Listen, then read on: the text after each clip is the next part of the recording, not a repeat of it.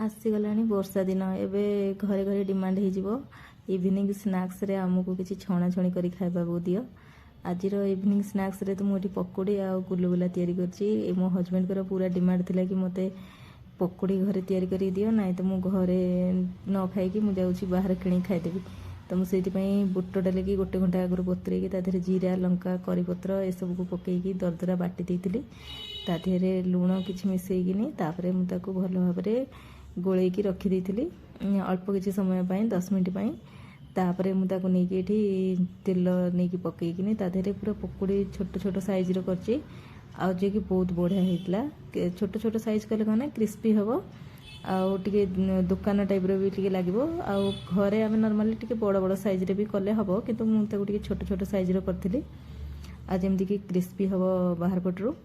तो से देखो केते सुंदर होती पूरा तेल देहरे पूरा खेली पूरा जमी फुटुला बहुत बढ़िया लगुला। तो ये मुझे करके छाणिला बेलू तो मो हजबैंड नहीं खाई सारे अधे आगे तापर छणा छणी हेले तो समस्त मन पूरा आगे हुई केमी मुझे खाइबी आग।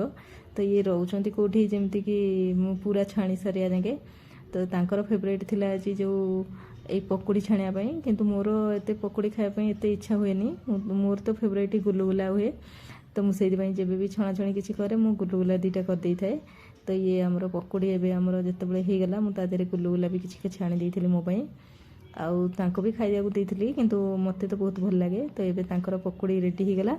तो पकोड़ी देखिकी रेडी होला बेलू अधा एति करनी यार डबल क्वांटिटी करी से अधे गोटे गोटे नहीं खाई सारे केते तापर देखो बाहर पटर के क्रिस्पी हो भितर टे सफ्ट अच्छी तो भल लगे। जाई पकोड़ी साधारणतः भल लगे किंतु बेसन पकोड़ी मत एत भल लगे। तो मुझे जब भी पकोड़ी करे तो मुझे जो जाई रे तैयारी करे।